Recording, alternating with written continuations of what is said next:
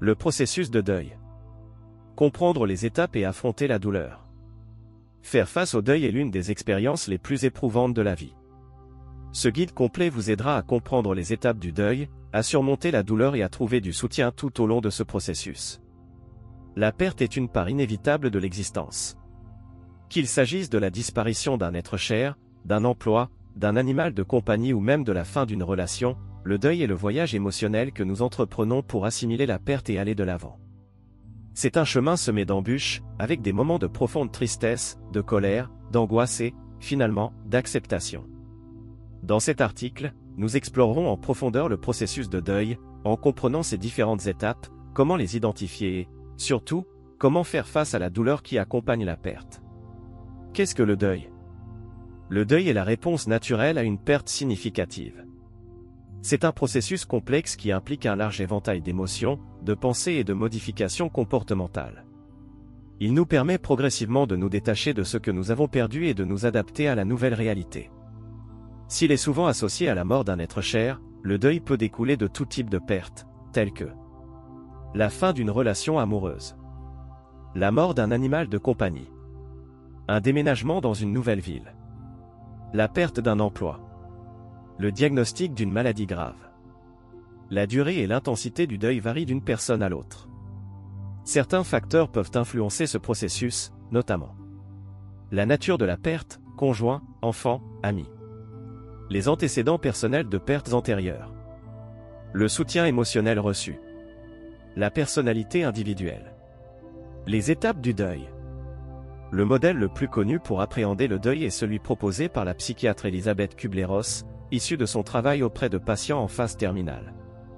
Ce modèle présente 5 étapes distinctes. Le déni. Le déni est un mécanisme de défense naturel qui survient immédiatement après la perte. C'est comme si nous nous disions « ce n'est pas possible ». C'est une manière d'amortir le choc initial du deuil, nous octroyant un délai pour amorcer l'assimilation de la situation. La colère.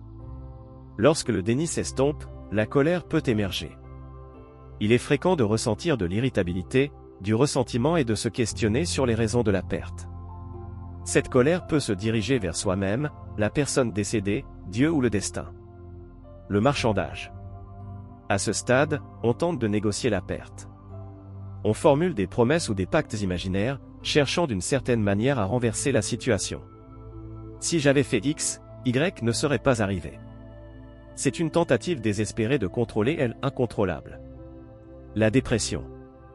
La dépression est la phase la plus profonde du deuil, caractérisée par une tristesse profonde, un sentiment de désespoir, un manque d'énergie et une perte d'intérêt pour les activités quotidiennes.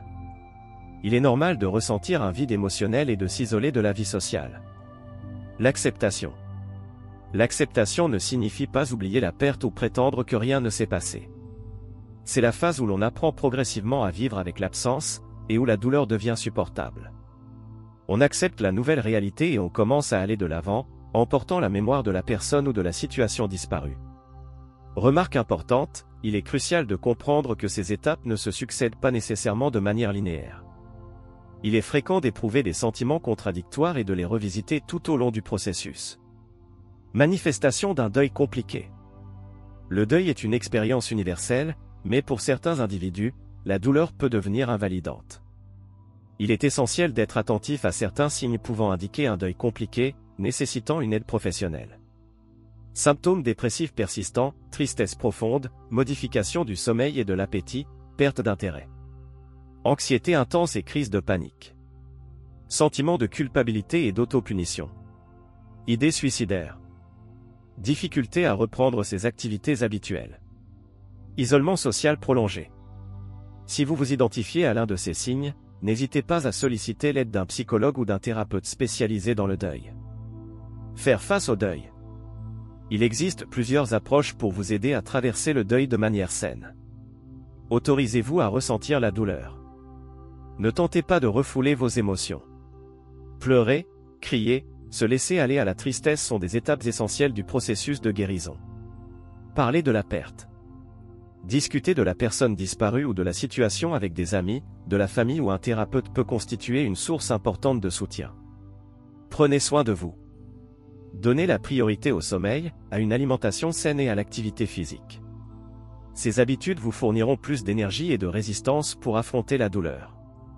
Maintenez autant que possible votre routine. Reprendre ces activités quotidiennes, telles que le travail et les études, peut procurer un sentiment de normalité et de contrôle. Acceptez le soutien de vos amis et de votre famille. Permettez aux gens de vous réconforter et de vous offrir leur aide. N'hésitez pas à demander de l'aide si nécessaire. Adonnez-vous à des activités qui vous réconfortent. Pratiquez vos loisirs, écoutez de la musique, être dans la nature, s'adonner à des activités religieuses ou spirituelles peuvent être des sources d'apaisement et de bien-être. Rejoignez un groupe de soutien. Être entouré de personnes qui traversent une situation similaire peut être réconfortant et motivant. Aidez une personne en deuil. Si vous connaissez quelqu'un qui est en deuil, sachez que votre présence et votre soutien peuvent faire une différence significative. Voici quelques conseils pour l'aider. Soyez présent. Parfois, la meilleure chose que nous puissions faire est simplement d'être là pour la personne, sans la forcer à parler ou à se comporter d'une certaine manière. Offrez une aide concrète. Aidez-la avec les tâches ménagères, les démarches administratives ou la garde des enfants. Écoutez attentivement. Permettez à la personne de s'exprimer et de parler de la perte sans l'interrompre. Évitez les phrases clichés. Des affirmations comme « au moins il est dans un meilleur endroit » ou « le temps guérit toutes les blessures » peuvent paraître insensibles et minimiser la douleur de la personne. Soyez patient. Le deuil est un processus lent et individuel. Respectez le rythme et le temps de la personne endeuillée. Le deuil est un voyage émotionnel complexe et douloureux, mais il est important de se rappeler qu'il n'est pas éternel. Avec le temps, la douleur devient plus supportable, et nous pouvons aller de l'avant, en portant la mémoire de ce que nous avons perdu. Si vous traversez un deuil, n'hésitez pas à solliciter l'aide d'un professionnel. N'ayez pas peur de demander du soutien et de vous autoriser à ressentir la douleur. Le deuil est un processus naturel, et avec le temps et un accompagnement approprié, vous pourrez surmonter cette perte. Foire aux questions. Question 1. Est-il normal de ressentir de la colère pendant le deuil? Effectivement, la colère est une émotion fréquente lors du deuil. Il est important de l'exprimer de manière saine, en se confiant à une personne de confiance ou en pratiquant une activité physique. Question 2. Combien de temps dure le deuil? Il n'y a pas de durée prédéfinie pour le deuil. Sa longueur varie d'une personne à l'autre et dépend de la nature de la perte et du vécu émotionnel antérieur. Question 3. Comment savoir si mon deuil est compliqué? Si une tristesse profonde, un manque d'intérêt pour les activités quotidiennes et une difficulté à aller de l'avant persistent pendant une période prolongée, il est important de consulter un professionnel pour écarter la possibilité d'un deuil compliqué. Question 4. Dois-je rester enfermé chez moi pendant le deuil? Pas nécessairement. Maintenir autant que possible votre routine peut être thérapeutique. Sortez, rencontrez vos amis et votre famille, et reprenez des activités qui vous procurent de la joie. Question 5. Le deuil peut-il me rendre malade? Le stress émotionnel du deuil peut avoir des répercussions sur la santé physique. Par conséquent, il est important de prendre soin de vous en accordant la priorité au sommeil, à une alimentation saine et à l'activité physique. Nous avons atteint la fin de l'audio, le processus de deuil.